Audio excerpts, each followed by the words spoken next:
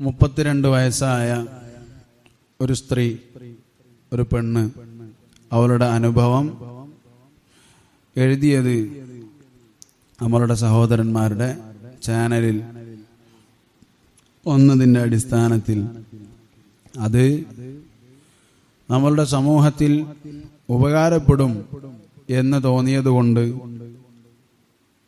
അതിനെ തർജ്ജമ ചെയ്യുകയാണ്, അല്ലെങ്കിൽ അതിൻ്റെ തർജ്ജമ, അതിൻ്റെ ആശയം നമ്മൾ പറയുകയാണ്. അവൾ പറയുകയാണ്, എനിക്ക് 32 വയസ്സാണ്.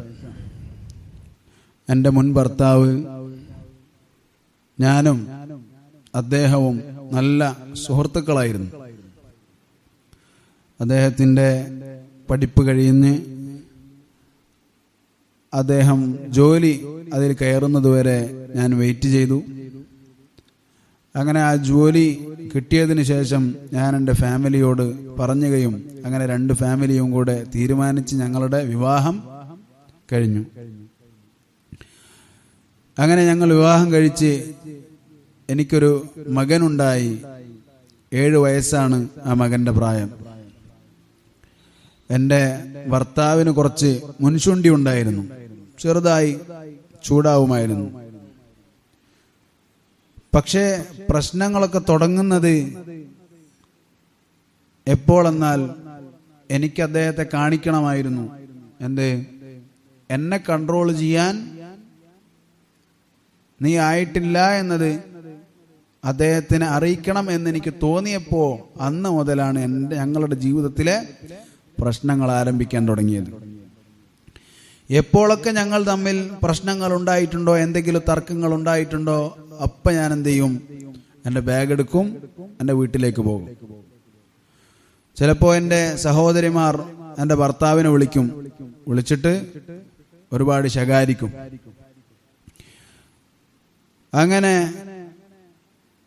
എപ്പോഴൊക്കെ എന്നെ കൺട്രോൾ ചെയ്യാൻ വേണ്ടി എൻ്റെ ഭർത്താവ് വരുന്നുവോ അപ്പോഴൊക്കെ ഞാൻ എന്ത് ചെയ്യും, ആളോട് പറയും, നിങ്ങൾക്ക് വേണമെന്നുണ്ടെങ്കിൽ എന്നെ ഡിവോഴ്സ് ചെയ്തോ, എനിക്കൊരു പ്രശ്നവുമില്ല എന്ന് ഞാൻ പറയാറുണ്ട്. യഥാർത്ഥത്തിൽ ഒരിക്കലും എനിക്ക് ഡിവോഴ്സ് ആവശ്യമില്ലായിരുന്നു.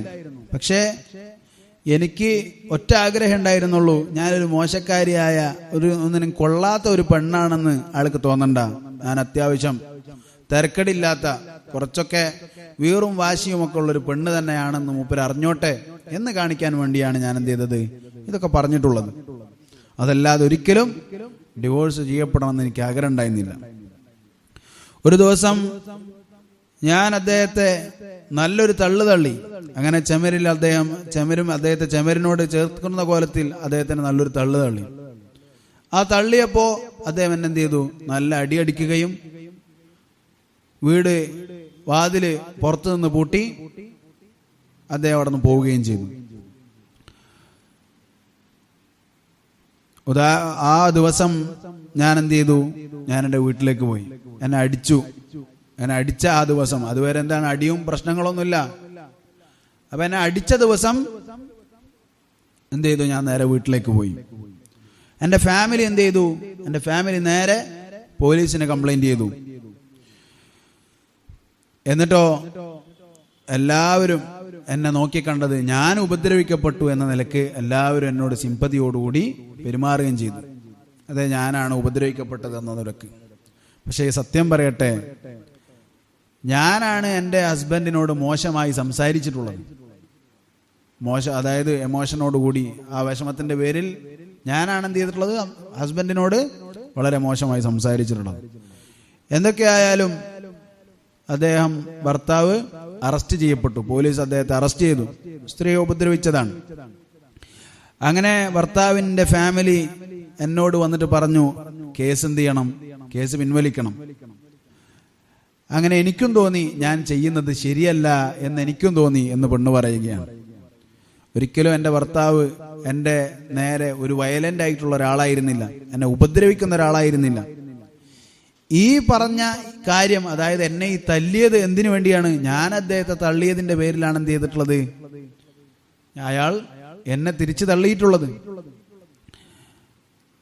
അദ്ദേഹം എന്ത് ചെയ്തിട്ടുണ്ട്, അദ്ദേഹം എന്നോട് ആ വിഷയത്തിന് തല്ലിയതിനാണെങ്കിലോ മാപ്പ് ചോദിക്കുകയും ചെയ്തിട്ടുണ്ട്. ഞാൻ എന്ത് ചെയ്തു, ഞാൻ ഈ കേസ് പിൻവലിച്ചു. അങ്ങനെ ഞങ്ങൾ വീണ്ടും ഒരുമിച്ചു. അങ്ങനെ 3 മാസങ്ങൾ ഞങ്ങൾ ജീവിച്ചതിന് ശേഷം ഒരു ദിവസം ചെറിയൊരു പ്രശ്നമുണ്ടായി. ആ ചെറിയ പ്രശ്നത്തിൽ ഞാൻ എന്ത് ചെയ്തു, ബാഗൊക്കെ എടുത്ത് വീണ്ടും വീട്ടിലേക്ക് പോയി.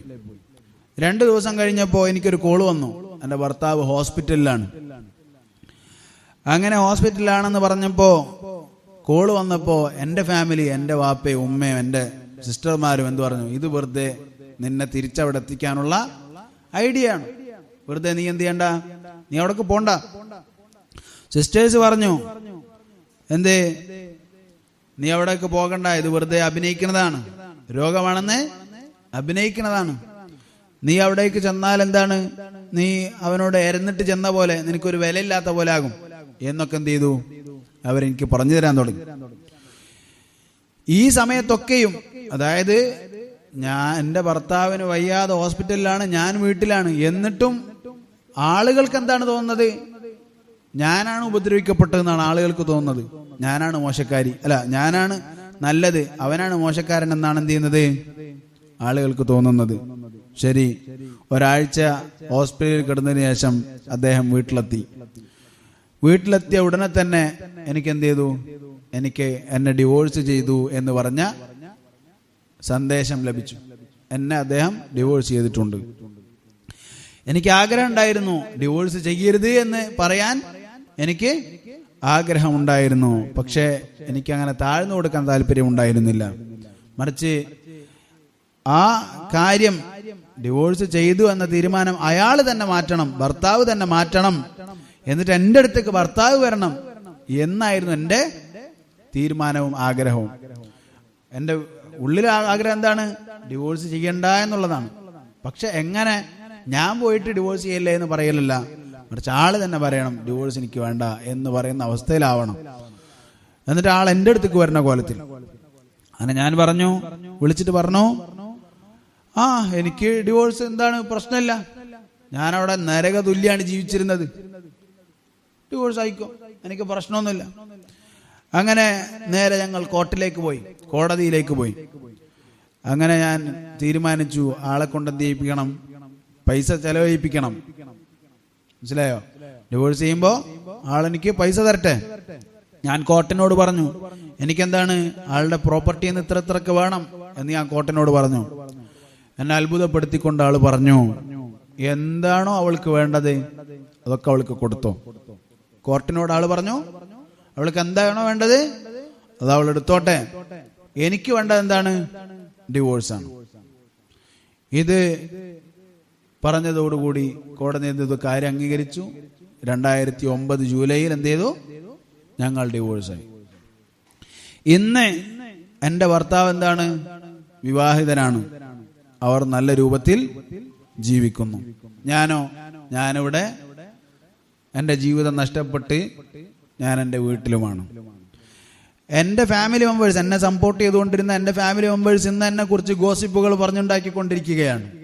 അവൾ ഇങ്ങനെ ചെയ്യുന്നുണ്ട്, അവൾ അങ്ങനെയാണ്, അവൾ എങ്ങനെയാണ്.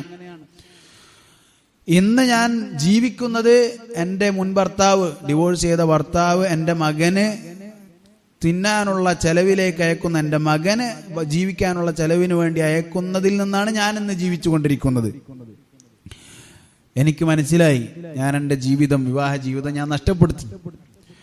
ഞാനിത് പറയുന്നത് ഭാര്യമാരോടുള്ള ഉപദേശമായിട്ടാണ്. നിങ്ങൾ എന്ത് ചെയ്യരുത്, വഞ്ചിക്കപ്പെടരുത്.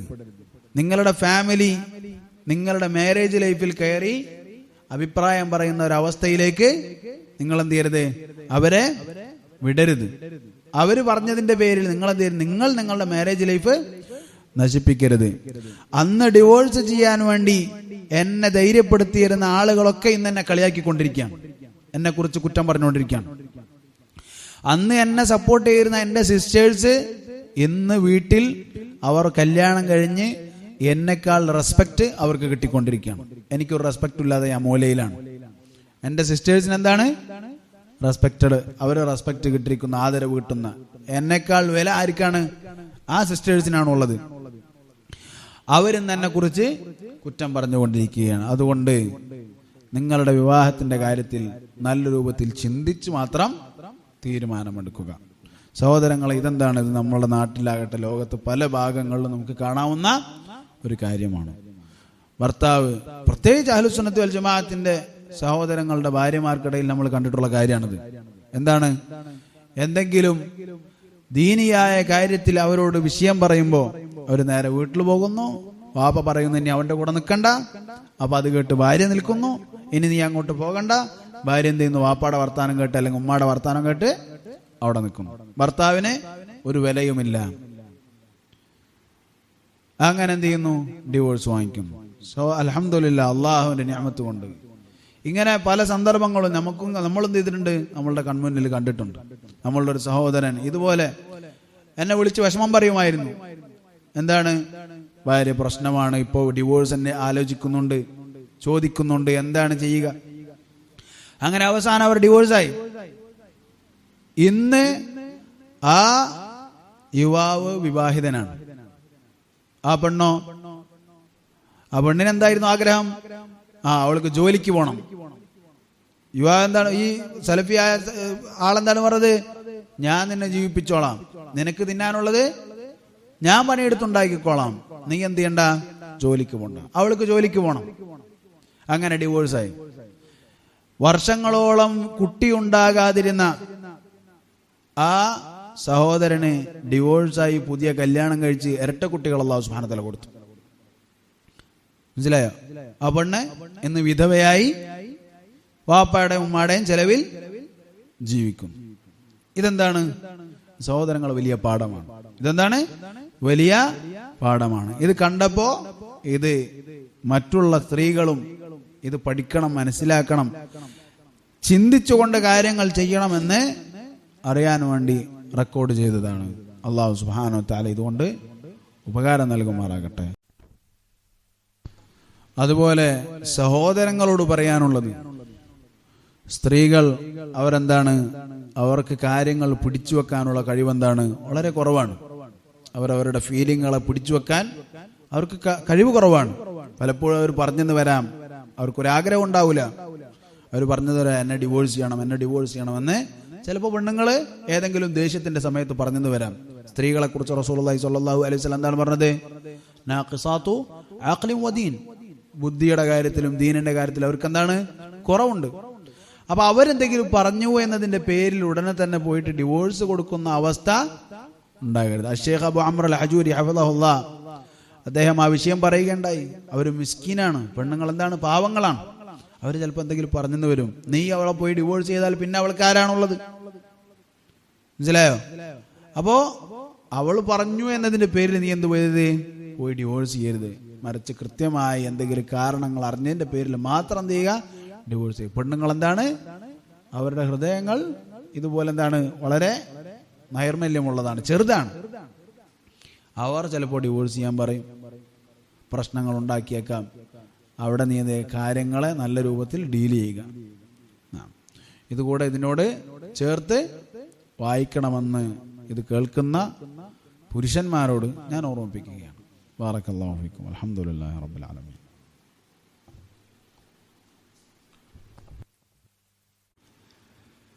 മുപ്പത്തിരണ്ട് വയസ്സായ ഒരു സ്ത്രീ, ഒരു പെണ്ണ്, അവളുടെ അനുഭവം എഴുതിയത് നമ്മളുടെ സഹോദരന്മാരുടെ ചാനലിൽ ഒന്നതിൻ്റെ